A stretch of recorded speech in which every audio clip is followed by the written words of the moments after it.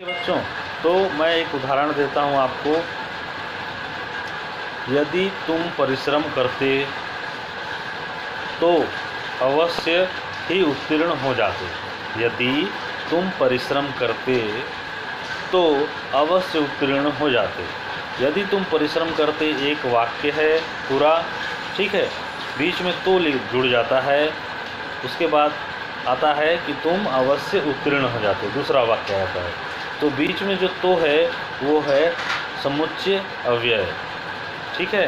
क्या है वो? समुच्चय बोधक अव्यय है जो दो वाक्यों को जोड़ता है।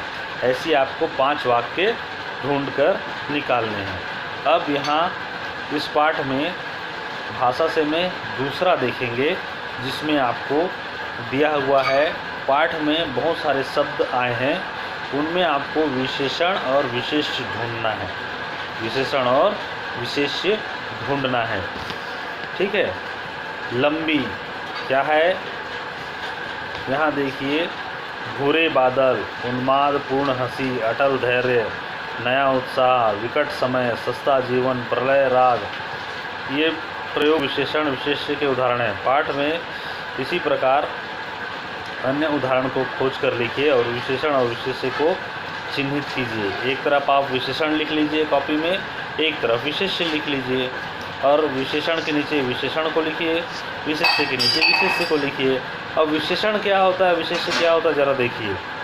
भूरे है ना, विशेषण मुख्य भाग होता है किसी भी वाक्य का, ठीक है। 2 शब्दों से मिलकर वाक्य बना है यहाँ, और उस वाक्य का प्रधान शब्द जो होता है वो विशेषण होता है, और द्वितीय शब्द जो होता है वो उसके बारे में बताता है, विशेषण के बारे में बताता है। जैसे भूरे बादल, अगर हम तो भूरा जो है, भूरे जो है वो विशेषण हो गया, और बादल जो है विशेष्य हो गया। अगर हम भूरे को हटा दें तो खाली बादल बचेगा। तो कौन सा बादल, कौन सा बादल, समझ में नहीं आएगा। तो भूरे बादल, ठीक है। तो बादल की विशेषता है भूरा। तो जो विशेषण होता है वो प्रथम प्रधान शब्द होता है, ठीक है, उसे विशेषण कहते हैं। और द्वितीय प्रधान शब्द उसके बारे में बताता है, ठीक है। दूसरा देखो, उन्माद पूर्ण हंसी।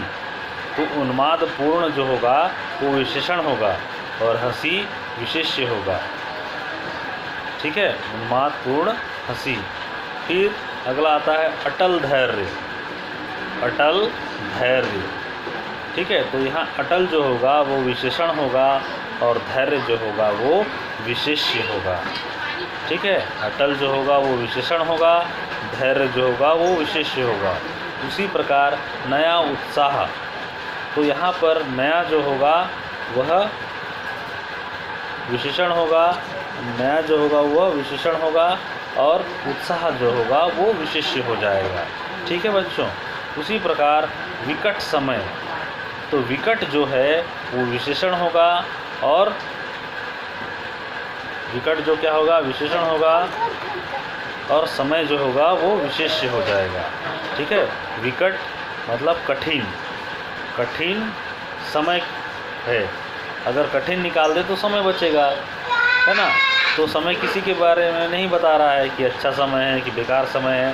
तो प्रधान शब्द जो होता है, जो उसके बारे में बताता है, उसे विशेषण कहते हैं। विशेषता बताता है उसे विशेषण कहते हैं, ठीक है। तो विकट विशेषण होगा और समय विशेष्य हो जाएगा। सस्ता जीवन, तो सस्ता विशेषण हो जाएगा और जीवन विशेष्य हो जाएगा, ठीक है, विशेष हो जाएगा, ठीक है। विशेषता बताने वाले शब्दों को विशेषण कहा जाता है, ठीक है। उसके बाद आता है प्रलय राग। तो प्रलय विशेषण हो जाएगा और राग विशेष्य हो जाएगा, ठीक है। राग की विशेषता बताने वाले शब्द को विशेषण कहा जाता है, या किसी के शब्द की विशेषता बताने वाले शब्द को विशेषण कहा जाता है। तो जो विशेषता बताता है शब्द उसे विशेषण, और जिसके बारे में विशेषता बताता है उसे विशेष्य कहा जाता है, ठीक है। इसी प्रकार आपको इस पाठ में से विशेषण और विशेष्य छांटकर लिखना है। एक उदाहरण देता हूँ आपको, लंबी सांस। लंबी सांस, तो सांस के लंबी होने के बारे में बात कहा जा रहा है। तो जो लंबी है ना, वो विशेषण हो जाएगी और सांस जो है विशेष्य हो जाएगा। एक और उदाहरण देता हूँ आपको मैं, चतुर सिपाही। यहाँ आया ना मुगलों के चतुर सिपाही, हाँ, तो चतुर सिपाही, तो सिपाही की चतुराई के बारे में बताने वाला शब्द है चतुर, उसे विशेषण कहेंगे, है ना। और जो सिपाही जो है वो विशेष्य हो जाएगा। तो चतुर विशेषण है और सिपाही विशेष्य है। ठीक है बच्चों, तो आपको इस पाठ में से विशेषण और विशेष्य ढूंढकर निकालना है। ठीक है, विशेषण और विशेष्य ढूंढकर निकालना है। इसी में हम प्रश्न तीसरा देखते हैं, योजक चिन्ह। योजक चिन्ह किसे कहते हैं, ज़रा ध्यान दीजिए। योजक चिन्ह को डेस कहते हैं बच्चों इंग्लिश में। वो दो शब्दों के बीच में जब डेस लगता है, जैसे धीरे डेस धीरे, ठीक है, धीरे डेस धीरे।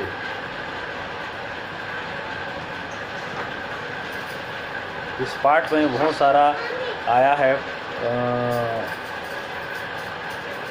अभी मैं आपको दिखाता हूँ। इस पाठ में बहुत सारे ऐसे शब्द आए हैं।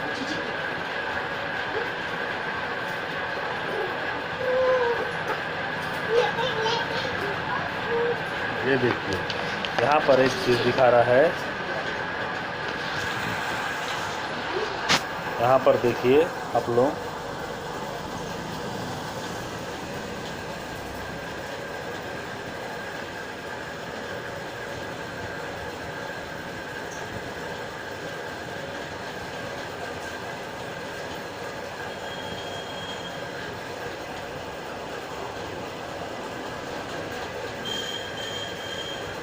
लस्त पस्त, लस्त या अन्न जल, अन्न और जल के बीच में एक डेस है, दिख रहा है आप लोगों को, अन्न और जल के बीच में एक डेस है।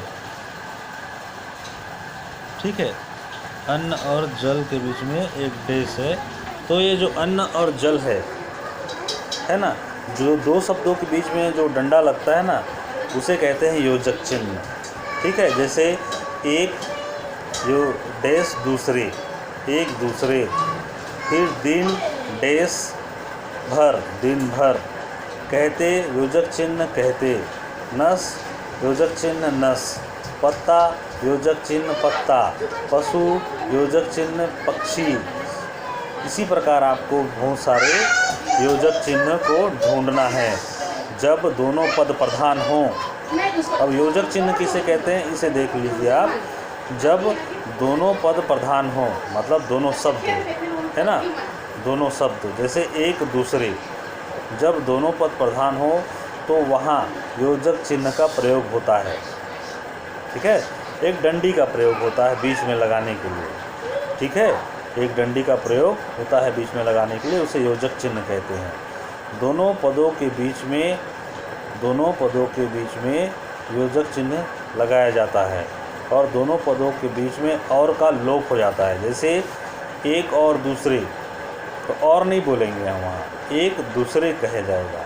एक योजक चिन्ह मतलब डेस दूसरे, ठीक है, एक दूसरे, एक दूसरे, या दिन डेस दूसरे, इस प्रकार से कहा जाता है।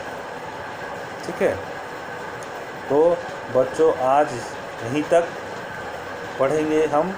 जितना भी मैंने इस पाठ में पढ़ाया है, आप उन सब के बारे में बहुत ध्यानपूर्वक पढ़िए और जितना मैंने होमवर्क दिया है उसे करके वॉलंटियर के माध्यम से मुझे दिखाइए। और इस पाठ में आपकी क्या समझ बन पड़ रही है उसके बारे में वीडियो के माध्यम से बताइए। यदि कुछ समझ में नहीं आता है तो मुझे फिर से बताइए, मैं पुनः आपको बहुत सारे समाधान के साथ इस पाठ को समझाऊंगा। ठीक है, अब योग्यता का विस्तार इस पाठ में है, उसे भी देख लेते हैं। छोटा सा है, एक प्रश्न है कि हल्दी घाटी कहाँ पर है और क्यों प्रसिद्ध है। हल्दी घाटी कहाँ पर है और क्यों प्रसिद्ध है, इसके बारे में आप अपने वॉलंटियर से बातचीत करके एक छोटा सा निबंध लिखिए। ठीक है, और इस कहानी को एक छोटे से नाटक के रूप में वर्णित कर उसका मंचन भी कर सकते हैं। ठीक है, मंचन भी कर सकते हैं। ठीक है बच्चों, तो आज यहीं तक, कल फिर मिलेंगे। ठीक है, हमारे होमवर्क को जांचने के लिए और इस पाठ में से आपने क्या क्या सीखा ये जानने के लिए मैं। ठीक है बच्चों, तब तक के लिए जय हिंद, जय भारत, जय छत्तीसगढ़।